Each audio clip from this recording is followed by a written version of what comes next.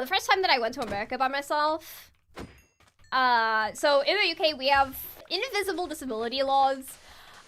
So for example, when you like travel somewhere on like public transportation or like flight transportation, you can like let them know ahead of time, be like, hey, I am disabled, I'm gonna require assistance. They're gonna be like, yeah, sure.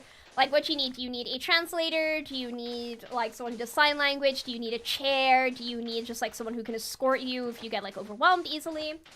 And that's how I would always travel like through UK airports and stuff.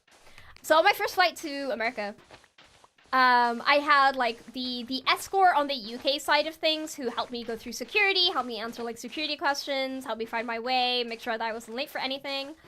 And like I was allowed to be like one of the first people on the plane, and then I got visited by like the head of the cabin crew staff whilst I was on the plane, be like, hey, I've been told that you might need like some extra assistance.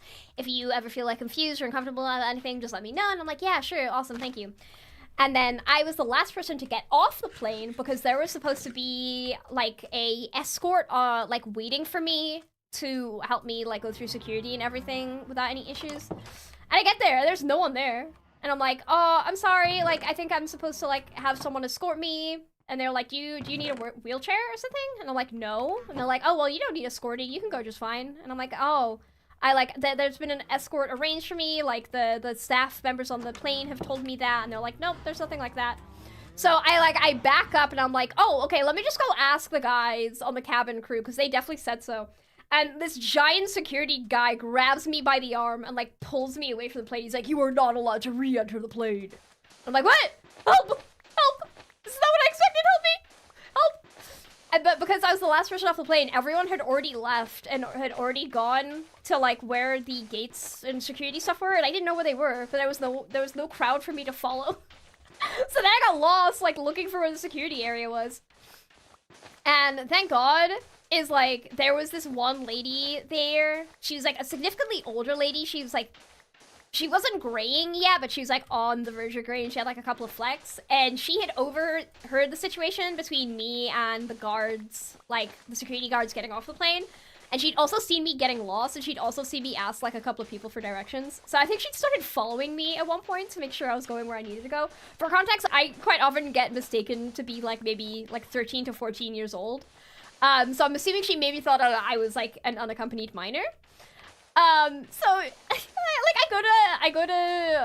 I finally make my way to security, and I'm like barely making my way through security because he's asking me questions and I can't answer them. He's like, okay, how much money is in your bank account? And I'm like, bro, I don't know. Open your bank account on your phone. I'm like, bro, I don't have my bank account on my phone. I don't trust mobile devices. I only keep my bank accounts on my computer. He's like, I don't believe you.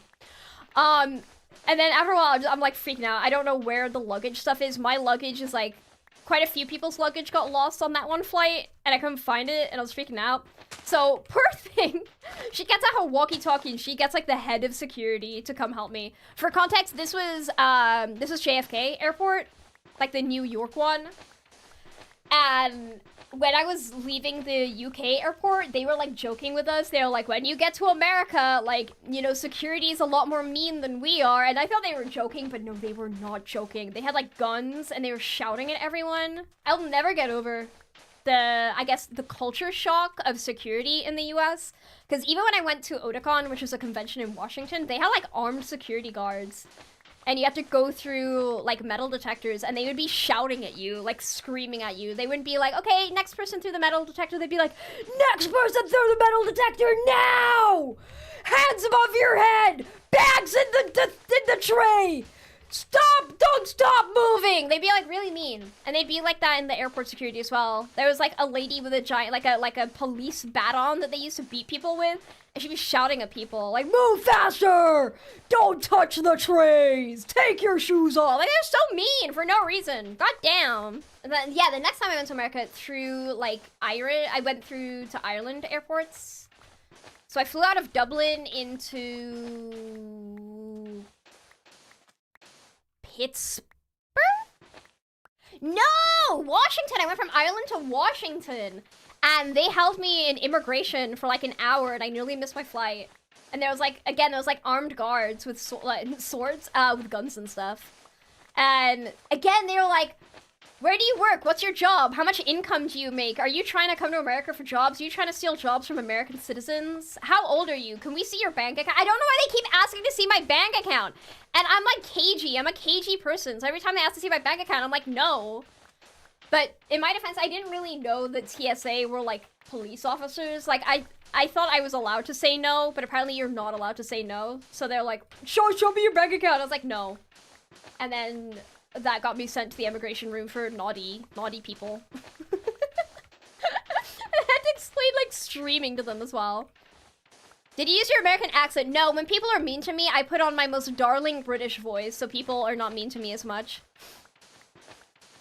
Like, if I'm getting in trouble with any kind of, like, law enforcement or, like, anyone that's scary, I'm like, oh, officer, I'm so sorry. Oh, my gosh. Oh, goodness, I'm just really confused. I don't really know what's happening. Oh, I'm so alarmed. I'm so nervous. I've never flown before, officer. I'm very nervous. Can you please help me? That's what I sound like when I'm talking to scary people. That was your mistake. British accents trigger our colonial fear.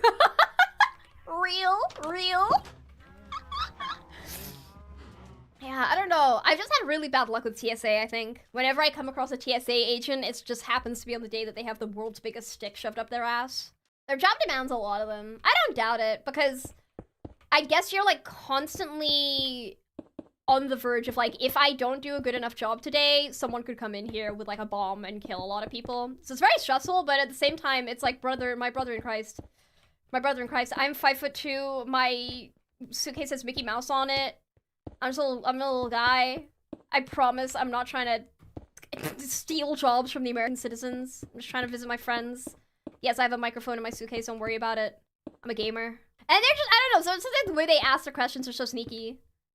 Like, I remember one time I got complimented on, like, the jumper that I was wearing, and they're like, wow, nice jumper, and I was like, oh, thank you, and they're like, where do you get it from? And I was like, oh, I got it from this place, and they're like, wow, how much did you pay for it? How much money do you have? Like, I don't know why that's the go-to question for them. How much money do you have? How much money's in your bank account? Like, brother, not even I know. Stop it, you're embarrassing me.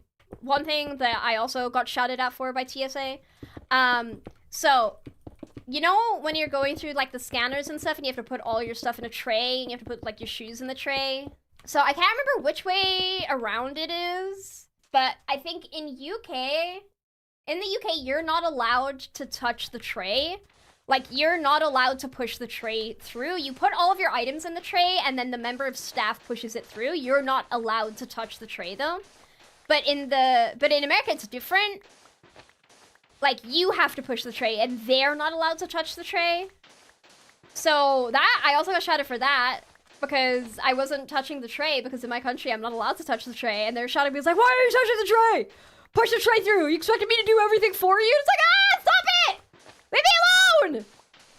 You're so nasty! Sorry, I don't like TSA. Daya, how did you feel about the TSA? Not a fan. Not a fan. Could we get a big fuck TSA from Daya Fortuna? Fuck TSA! Yeah! Yeah! Yeah! Oh, she's so good at this. Oh, I love her. She's awesome. Oh, yeah, baby. Oh, yeah, baby. Oh my god.